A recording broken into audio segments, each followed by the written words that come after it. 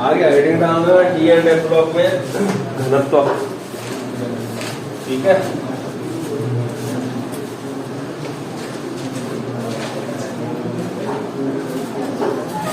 क्या है? घनत्व।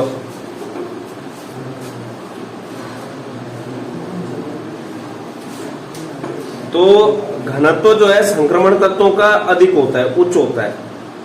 ठीक है, घनत्व का मतलब क्या है कि एकांक आयतन में कितना द्रव्यमान है। क्या बोलो? घनत्व का मतलब क्या है? एकांक आयतन में द्रव्यमान, डेंसिटी बोलते हैं जिसको। तो एकांक आयतन में जितना ज्यादा द्रव्यमान होगा, मतलब जैसे एक कमरा है, इसमें जितने ज्यादा बच्चे होंगे उतना ही ज्यादा क्या होगा इस कमरे का घनत्व होगा। ठीक है, तो यहां पर लिखना घनत्व में संक्रमण तत्वों का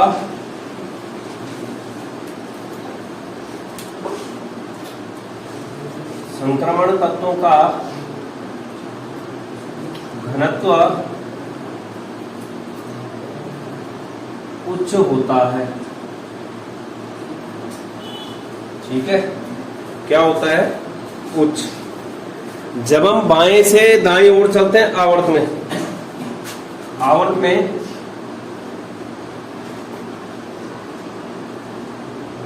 बाएं से दाईं ओर,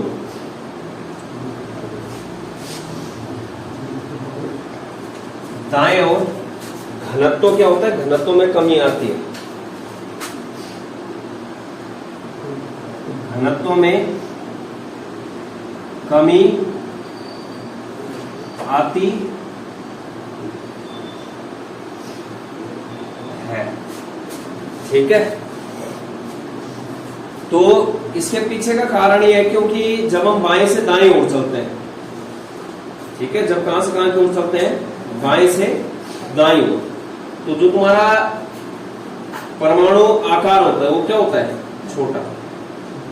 ठीक है, जब हम बाएं से दाईं ओर चलते हैं ये होता है इस तरीके से। क्या हो जाता है? परमाणु का आकार छोटा हो जाता है, मतलब एटॉमिक नंबर तो बढ़ता है, परमाणु क्रमांक क्या होता है? बढ़ता है। लेकिन जो अगर परमाणु क्रमांक बढ़ रहा है तो इसका मतलब परमाणु द्रव्यमान भी क्या हो जाएगा? बढ़ेगा ही। परमाणु द्रव्यमान भी क्या होगा? बढ़ेगा। लेकिन जो परमाणु त्रिज्या होती है वो क्या होती है? परमाणु त्रिज्या क्या होगी? कम होती है। और ये कम जो होती है स्कैंडियम से कॉपर तक का है, ये स्कैंडियम से कॉपर तक। अब देखना यहां पर घनत्व बराबर क्या होता है? द्रव्यमान बटे क्या? आयतन। घनत्व का सूत्र क्या होता है? द्रव्यमान बटे आयतन। अगर आयतन कम होगा, आयतन क्या होगा? अगर कम तो घनत्व क्या होगा? ज्यादा। अगर आयतन ज्यादा होगा तो घनत्व क्या हो जाएगा? कम हो जाएगा। उल्टा होता है एक दूसरा। ठीक है, मतलब क्या है कि यहां पर ना डी से डिनोट करते हैं इसको। डी बराबर क्या होता है? M upon V. ठीक है, तो यहां पर क्या है कि अगर ये एम द्रव्यमान बढ़ता है तो घनत्व भी बढ़ेगा, मतलब डी किसके समानुपाती है? एम के। और डी व्युत्क्रमानुपाती है किसके?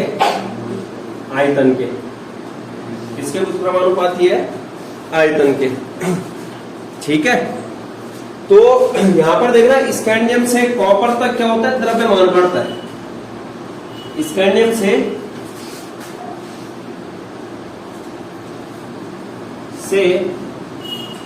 कॉपर तक द्रव्यमान क्या होता है?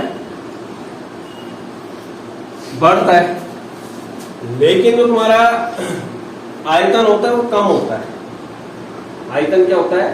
कम। द्रव्यमान बढ़ता है, आयतन क्या होता है? कम होता है। तो अब खुद बताओ कि स्कैंडियम से कॉपर तक के घनत्व में कमी आएगी कि वृद्धि आएगी? तो देखिए यहाँ पर स्कैंडियम से कॉपर तक का द्रव्यमान क्या होगा, ज्यादा, और आयतन क्या होगा, कम। मतलब यहाँ पर देखो आयतन अगर कम होगा, आयतन अगर क्या होगा, कम, तो घनत्व तो क्या हो जाएगा, बढ़ जाएगा। द्रव्यमान अगर ज्यादा होगा तो घनत्व भी क्या हो जाएगा, ज्यादा। यहाँ पर द्रव्यमान भी अधिक हो रहा और आयतन भी क्या हो रहा है, कम, इसका मतलब घनत्व क्या हो जाएगा, बढ़ जाएगा। तो स्कैंडियम से कॉपर तक के घनत्व में क्या होती है, कॉपर तक के घनत्व में क्या होती है, वृद्धि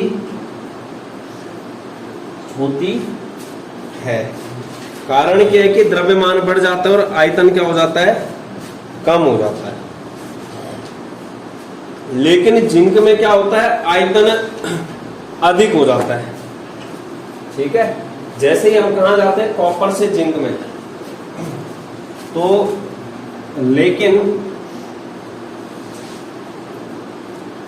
जिंक में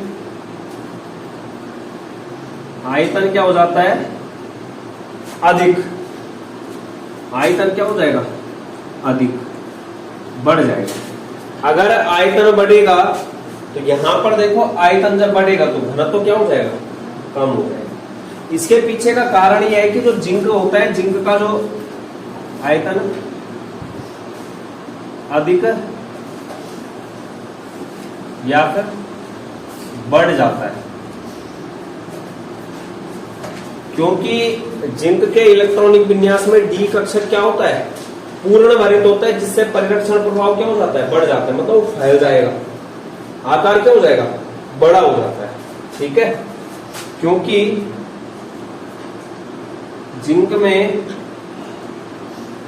डी कक्षक के पूर्ण भरित होने से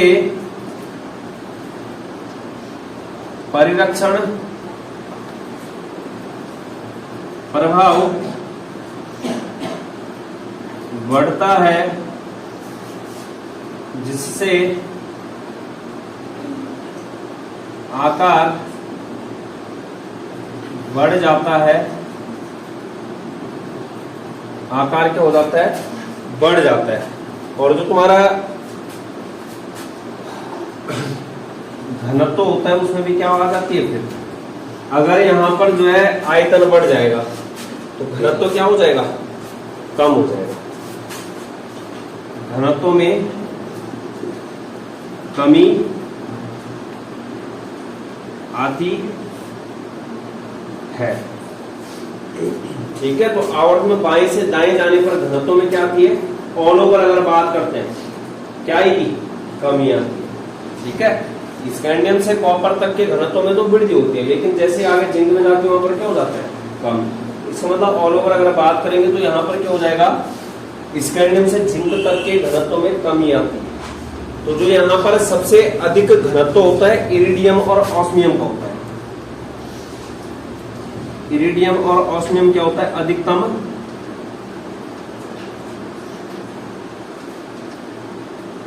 घनत्व। और जो स्कैंडियम होता है, स्कैंडियम का होता है निम्नतम, निम्नतम घनत्व, निम्नतम घनत्व। धात्विक प्रकृति, धात्विक प्रकृति,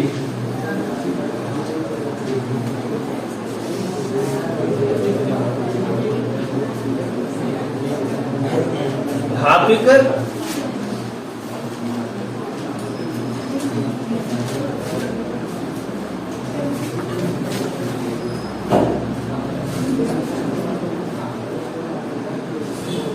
धात्विक प्रकृति।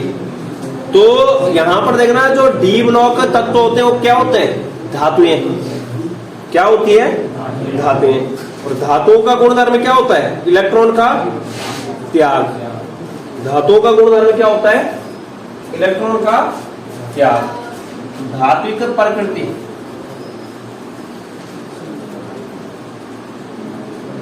ठीक है, तो मेटालिक कैरेक्टर बोलते हैं इसको। हमें पता है कि यहां पर जो डी ब्लॉक तत्वों का इलेक्ट्रॉनिक विन्यास होता है क्या होता है, n-1 डी, 1 से लेकर 10 तक, और ns1 से लेकर कितना, n 1 से लेकर 2 तक।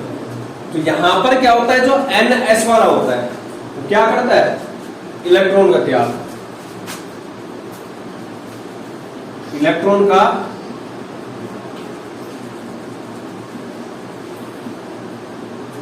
आसानी से त्याग। जब इलेक्ट्रॉन का आसानी से त्याग करेगा तो क्या कहलाएगा, धातु। अरे धातु किसे बोलते हैं, जो आसानी से क्या करते हैं, इलेक्ट्रॉन का त्याग। ठीक है, तो मतलब यहां पर क्या करेगा, धात्विक गुणधर्म प्रदर्शित करेगा। जो जो गुणधर्म धातु के होते हैं वो गुणधर्म कौन प्रदर्शित करेगा, डी ब्लॉक तत्व। क्योंकि डी ब्लॉक तत्व धातुएं हैं, इसलिए ये तत्व धात्विक गुणधर्म प्रदर्शित करते हैं। इसलिए क्या करते हैं, धात्विक गुणधर्म प्रदर्शित करते हैं। और धात्विक गुणधर्म जैसे क्या हो गया, एक तो ऊष्मा और विद्युत के क्या होंगे, ऊष्मा और विद्युत के सुचालक होंगे। मतलब विद्युत के क्या होते हैं, चालक, चालक होते हैं। दूसरा क्या होता है, आघातवर्ती होते हैं, आघातवर्ती, पीट पीट कर पतली चादरों के रूप में परिवर्तित करना। आघातवर्ती कौमा तन्य, खींच करके लंबे तारों में परिवर्तित करना, कौमा कठोर, कौमा धात्विक चमक, धात्विक चमक। ठीक है, और क्या होते हैं, वैद्युत धनात्मक होते हैं। किस कारण से होते हैं वैद्युत धनात्मक, क्योंकि इलेक्ट्रॉन का क्या करते हैं, त्याग।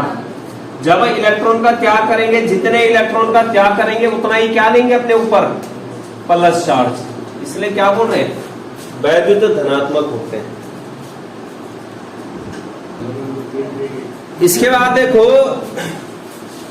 रंगीन आयन या यौगिकों का निर्माण है, ये पेपर में पूछा जाता है। ठीक है, रंगीन यौगिकों का निर्माण।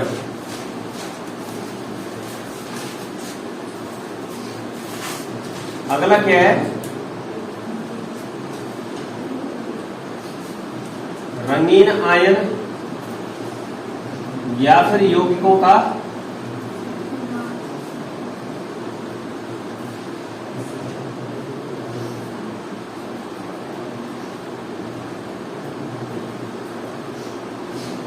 तो जो संक्रमण तत्व होते हैं वो क्या करते हैं, रंगीन यौगिकों का निर्माण करते हैं। मतलब जो डी ब्लॉक तत्व होते हैं वो क्या करते हैं, रंगीन यौगिकों का निर्माण।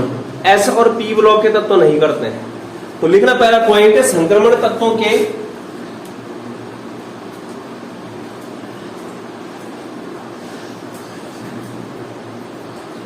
के बहुत से यौगिक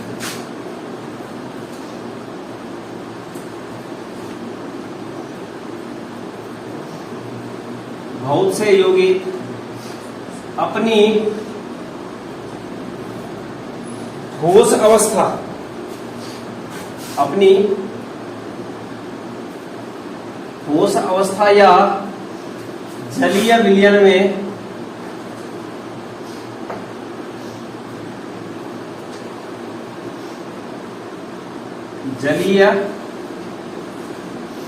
में कैसे होते हैं, रंगीन होते एसओ पी ब्लॉक के तत्व नहीं होते। इसके बाद देखना कि रंगीन क्यों होते हैं, ठीक है, लिख लेना आगे एसओ पी ब्लॉक के तत्व कैसे होते हैं, रंगहीन।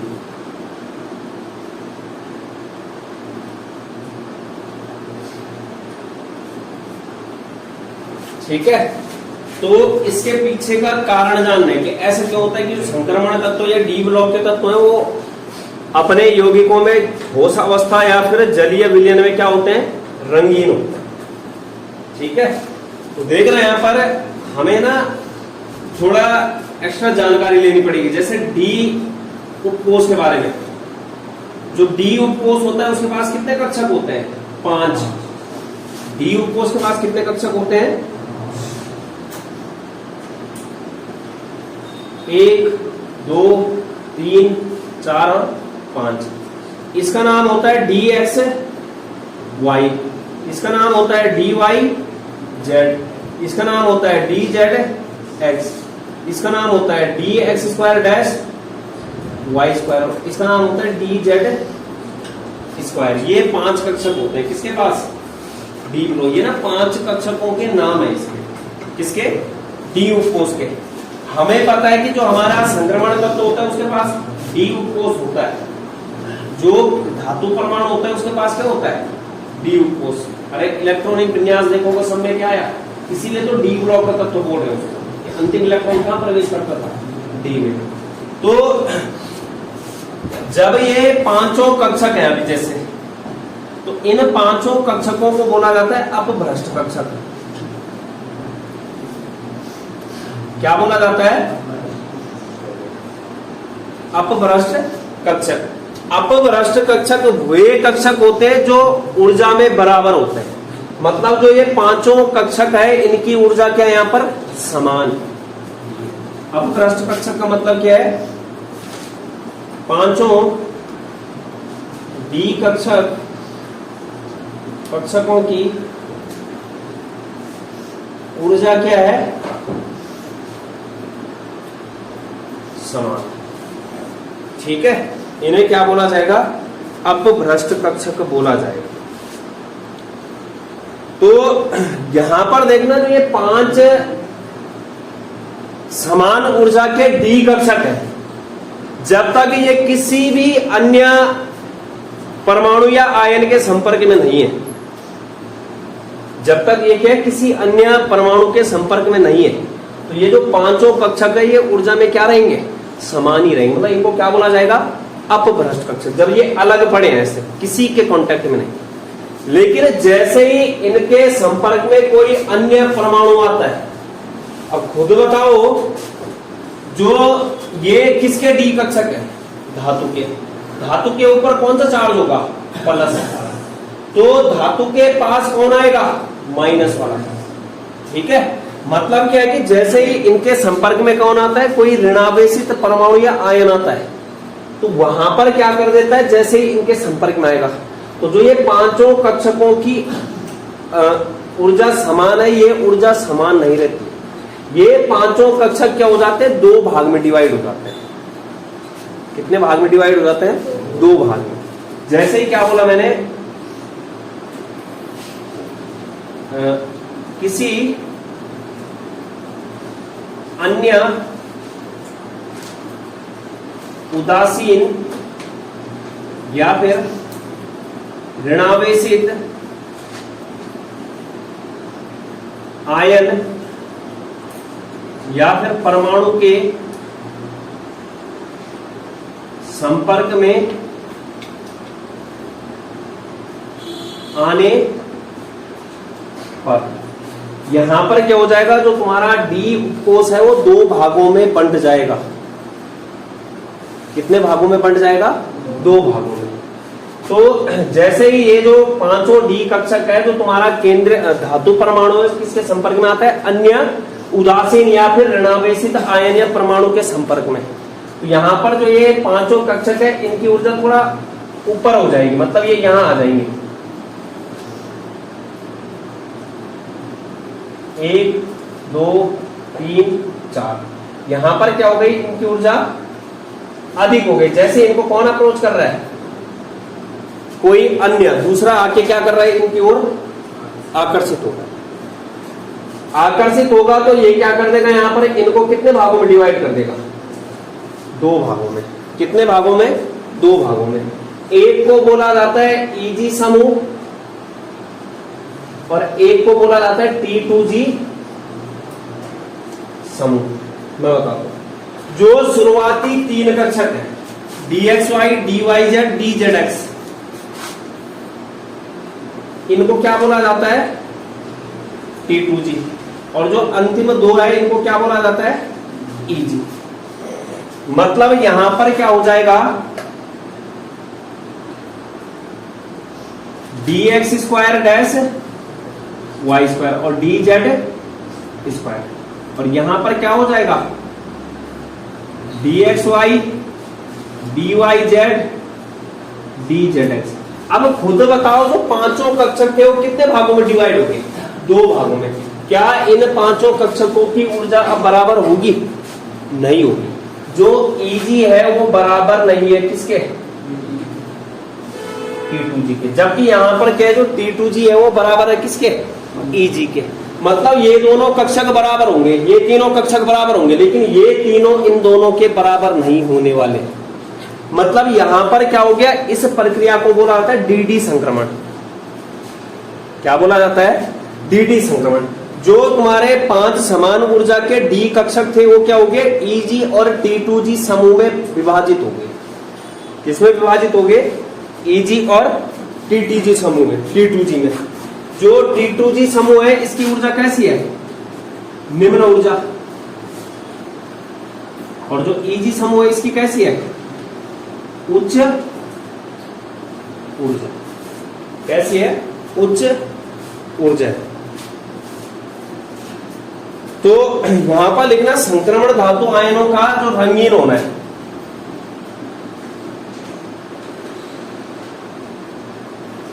संक्रमण धातु आयनों का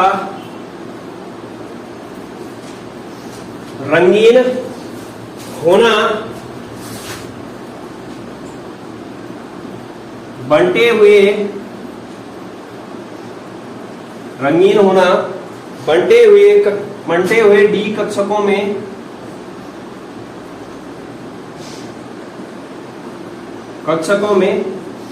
DD संक्रमण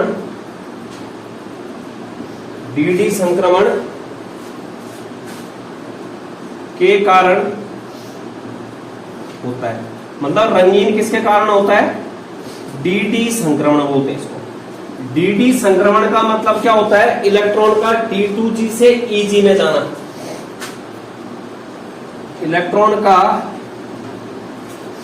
T2G समूह से Eg समूह में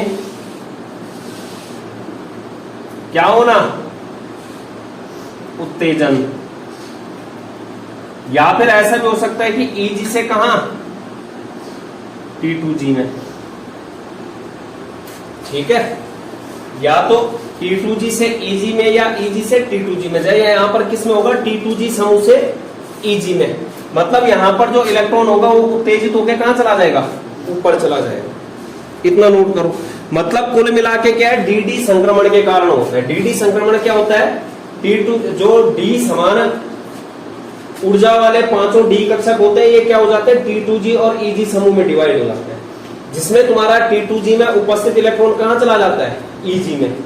जब इलेक्ट्रॉन Eg में चला जाता है तो वो क्या दिखाता है, रंग। और ये प्रक्रिया क्या कहलाती है, DD संक्रमण कहलाती है।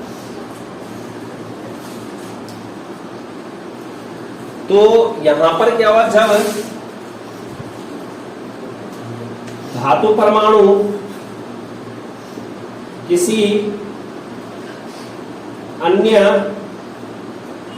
उदासीन या फिर ऋणावेशित,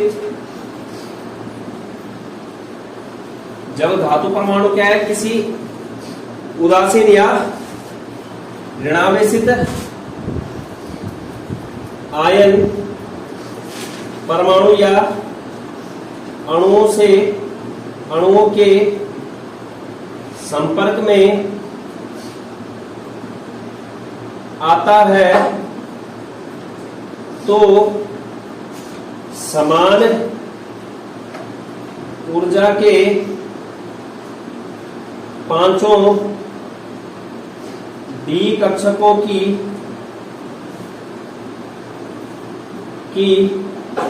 अपभ्रष्टता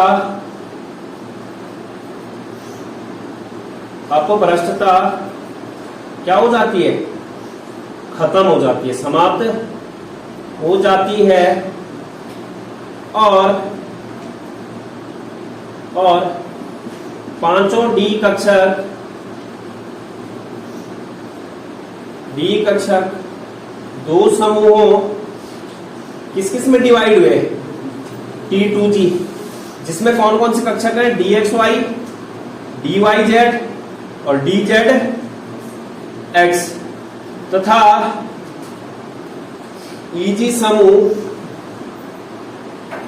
DX² Y² व DZ² में विभाजित होते हैं, में बंट जाते हैं, जिसे क्या बोला जाता है, DD संक्रमण बोला जाता है। मतलब अब क्या होगा, तो T2G की ऊर्जा है वो बराबर नहीं होगी किसके, EG के।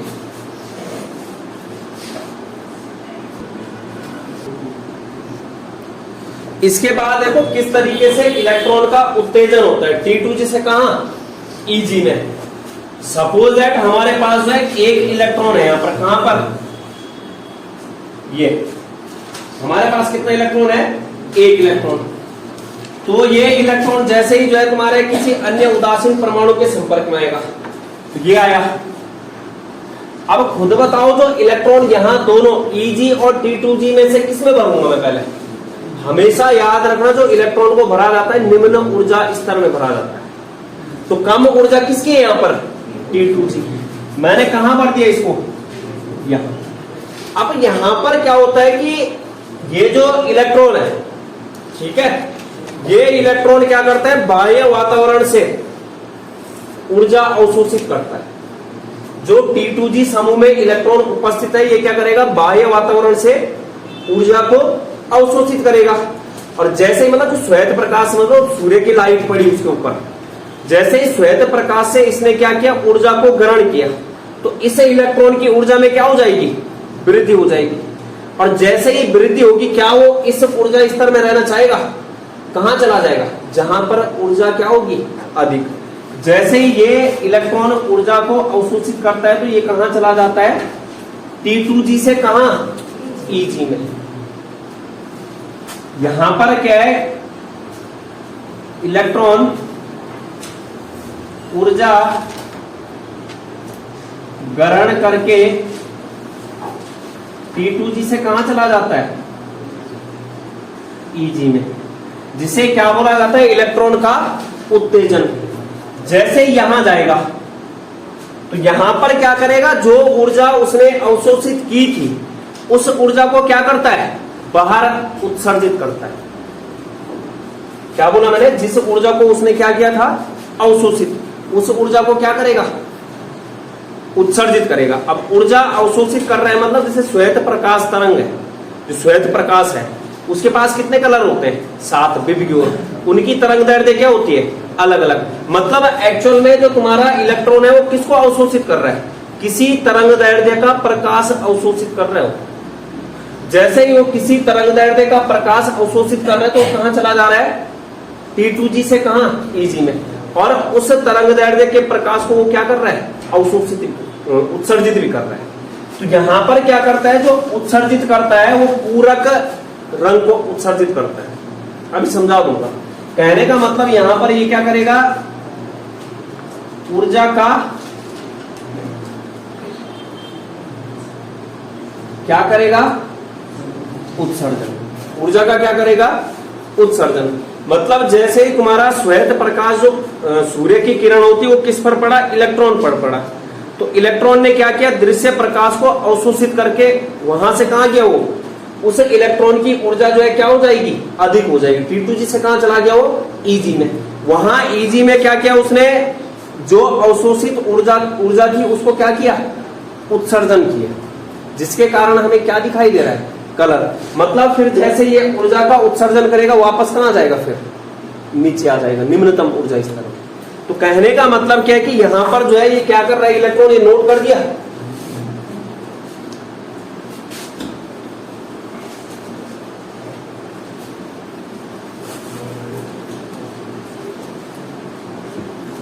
यहां पर लिखना इलेक्ट्रॉन पर श्वेत प्रकाश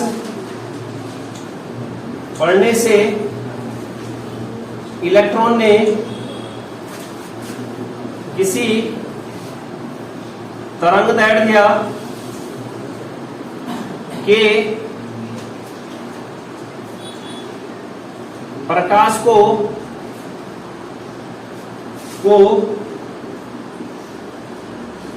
अवशोषित किया और T2G से Eg में उत्तेजित हुआ। T2G से कहां उत्तेजित हुआ, Eg में। अब यहां पर क्या है कि ऐसा तो है नहीं कि सारा का सारा प्रकाश उसने अवशोषित किया होगा। जो प्रकाश, जिस प्रकाश का अवशोषण नहीं होता है, जिसे प्रकाश का क्या है, अवशोषण नहीं होता है, उसे क्या कर देता है, वो बाहर वातावरण में फेंक देता है। और जिससे हमें क्या दिखाई देता है, कलर दिखाई देता है, होता है, उसे वातावरण में उत्सर्जित कर देता है, जिससे क्या दिखाई देता है, रंग दिखाई देता है। जिससे क्या दिखाई देता है, रंग दिखाई देता है। मतलब यहां पर ना जिस ऊर्जा के प्रकाश को वो अवशोषित करता है उसका पूरक रंग दिखाई देता है। हमें क्या बोला, रंग जो होता है,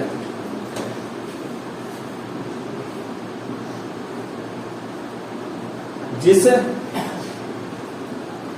ऊर्जा के प्रकाश का अवशोषण होता है उसके पूरक रंग का उत्सर्जन इलेक्ट्रॉन द्वारा किया जाता है और हमें वही पूरक रंग दिखाई देता है। मैं समझाता हूं अभी कि पूरक रंग कैसे है। जैसे ना बिबग्योर देखा होगा, देखा, क्या देखा, बिबग्योर, ये इस तरीके से। तो उसमें ना इंडिगो कलर मत लेना,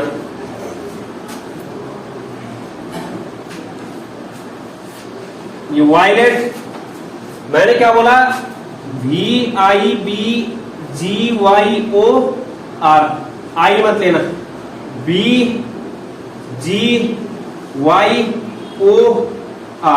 अब समझो यहां पर कोई कंपाउंड है जो मतलब जो अवशोषित कर रहा है इलेक्ट्रॉन, अगर क्या कर रहा है, वायलेट कलर को अवशोषित कर रहा है, तो जो उत्सर्जित करेगा किसको करेगा, येलो। मतलब भी का जो पूरक रंग है वो क्या है, येलो। जो रेड का पूरक रंग है वो क्या है, ग्रीन। और जो ऑरेंज का पूरक रंग है वो क्या है, ब्लू। मतलब अगर जो है बैंगनी कलर का अवशोषण हुआ है तो बाहर कौन सा कलर फेंकेगा? पीला कलर। अगर जो है लाल कलर का अवशोषण हो तो बाहर कौन सा कलर फेंकेगा? ग्रीन। अगर जो है ऑरेंज कलर का अवशोषण हो तो बाहर कौन सा कलर फेंकेगा? नीला कलर। तो इसको बोला जाता है कि पूरक रंग है, ये एक दूसरे के पूरक। ठीक है, तो कहने का मतलब क्या है कि यहाँ पर क्या वो क्या करता है, जो उत्सर्जन करता है, पूरक रंग का उत्सर्जन करता है। ये सब कुछ जो संभव है वो अयुग्मित इलेक्ट्रॉन के कारण संभव है। किसके कारण संभव है? अयुग्मित इलेक्ट्रॉन के कारण। इसके बाद मैं सीधे शॉर्टकट तरीका बता रहा हूं कैसे पहचानना है।